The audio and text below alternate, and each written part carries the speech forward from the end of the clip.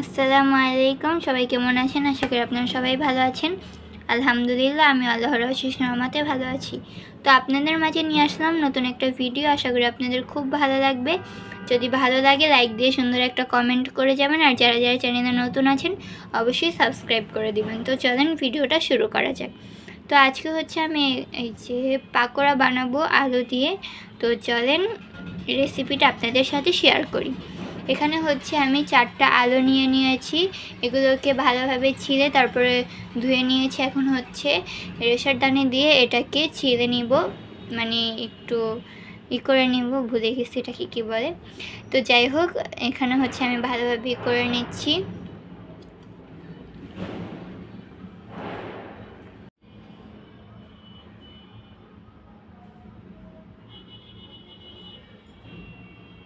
তো এই যে এখানে হচ্ছে আমি ভালোভাবে ছিলে নিচ্ছি।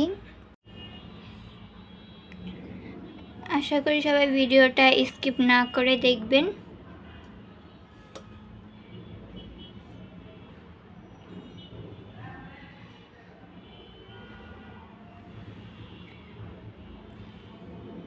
বিকালের নাস্তার জন্য খুবই সহজ,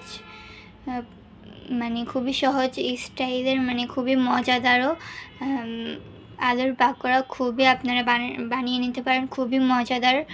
তো আশা করি ভিডিওটা সবাই ফুল ওয়াচ করে দেখবেন। ফুল ওয়াচ করে দেখলে আপনারা বুঝতে পারবেন ঘরোয়া উপকরণে খুবই সহজ প্রসেসিংয়ে আলুর পাকোড়া রেসিপি। তো যাই হোক, এখানে হচ্ছে আমি এগুলোকে ছিলে তারপরে এগুলোকে ভালোভাবে পানি দিয়ে ধুয়ে নিয়েছি 3-4 বার। এখন হচ্ছে এগুলোকে আমি চিপড়িয়ে সাইডে রেখে দিচ্ছি। এগুলোকে কিন্তু অবশ্যই চিপড়ে নিতে হবে। এই যে আমি চিপড়াচ্ছি, আপনারা দেখে নেন কতগুলো পানি বের হচ্ছে। আমি হচ্ছে আবার একটু ছিল, এগুলোকে আমি ভালোভাবে আবার পানি দিয়ে ধুয়ে নিয়েছি। এই যে এখন হচ্ছে আমি এখানে একটা পেঁয়াজ নিয়েছি, আপনারা পরিমাণ মতো নেবেন। তারপরে হচ্ছে ধনিয়া পাতা, কাঁচামরিচ দিয়ে দিয়েছি এখানে আমি কেটে, কাঁচামরিচ আর ধনিয়া পাতা। আপনারা হচ্ছে আপনাদের পরিমাণ মতো নেবেন এগুলো। আপনারা কীরকম ঝাল পছন্দ করেন। আমি হচ্ছে এখানে 2টো কাঁচামরিচই দিয়েছি। তারপর হচ্ছে এখানে আমি মরিচের গুঁড়ো দিয়ে দিয়েছি 1 চামচ। তারপর হচ্ছে আমি গরম মশলা দিয়ে দিয়েছি গুঁড়ো, গরম মশলার গুঁড়ো। তারপর কর্নফ্লাওয়ার দিয়ে দিয়েছি। কর্নফ্লাওয়ারটা দিয়ে ভালোভাবে মিক্স করে নেব। তারপর হচ্ছে আমি আদা বাটা আর হচ্ছে রসুন বাটা অ্যাড করে দিয়েছি এখানে, একটু 1 চামচের মতো অ্যাড করে দিয়েছি।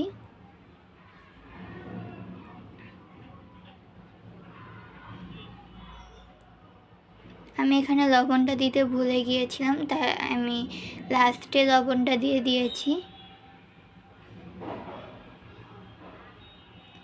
আপনারা চাইলে বেসন দিয়েও করতে পারেন।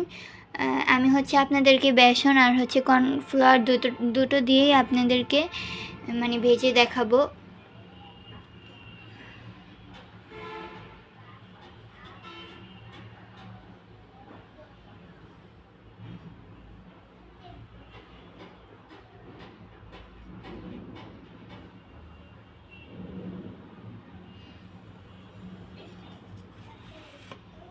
তো এই যে এগুলোকে ভালোভাবে এখন মিক্স করে নিচ্ছি লবণ দিয়ে।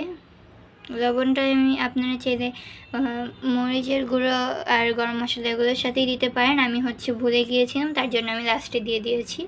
তারপর হচ্ছে একটা প্যানে তেল গরম করে নিয়েছি। আপনারা ফ্রাই প্যানটা দেখে কিছু মনে করবেন না, এটা সাদা ছিল, এটা ধুতে এরকম হয়ে গেছে।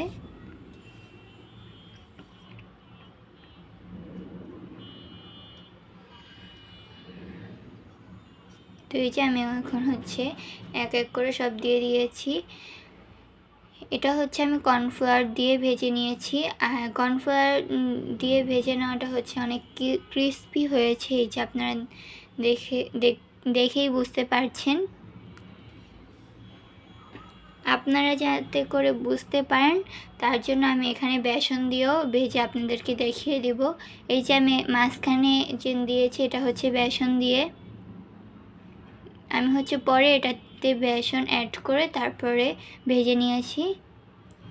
আমার কাছে কর্নফ্লাওয়ার দেওয়াটাই ভালো লেগেছে, মানে ক্রিস্পি হয়েছে। আমার কথায় যদি কোনো ভুল হয়ে থাকে আর যদি কষ্ট পেয়ে থাকেন কেউ, তাহলে ক্ষমার দৃষ্টিতে দেখবেন। আমি মানে কথা হয়তো বা আজকে মানে গুছিয়ে বলতে পারছি না। তো এই যে এখানে হচ্ছে আপনাদেরকে দেখিয়ে দিলাম বেসন দেওয়ার পর এরকম হয়ে গিয়েছে। এখন হচ্ছে আমি এগুলোকে উল্টিয়ে পাল্টিয়ে ভেজে নিচ্ছি লাল করে। সন্ধ্যার জন্য এই নাস্তাটা একদম বেস্ট, আপনারা অবশ্যই বাসায় ট্রাই করবেন। মানে একদম কম সময় লাগে, মাত্র 10-20 মিনিট এরকম লাগে, খুবই কম সময়ে।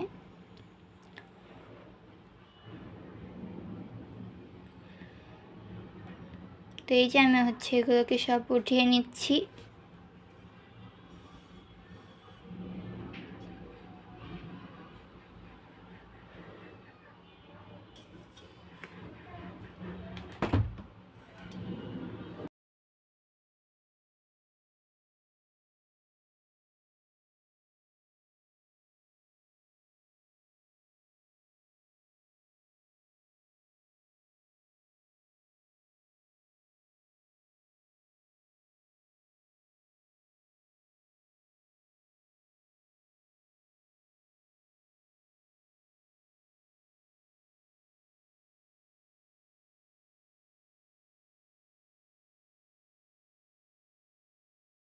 তারপরেরটা হচ্ছে বেসন দিয়ে ভেজেছি। তো সবাই ভালো থাকবেন, সুস্থ থাকবেন। আল্লাহ হাফেজ।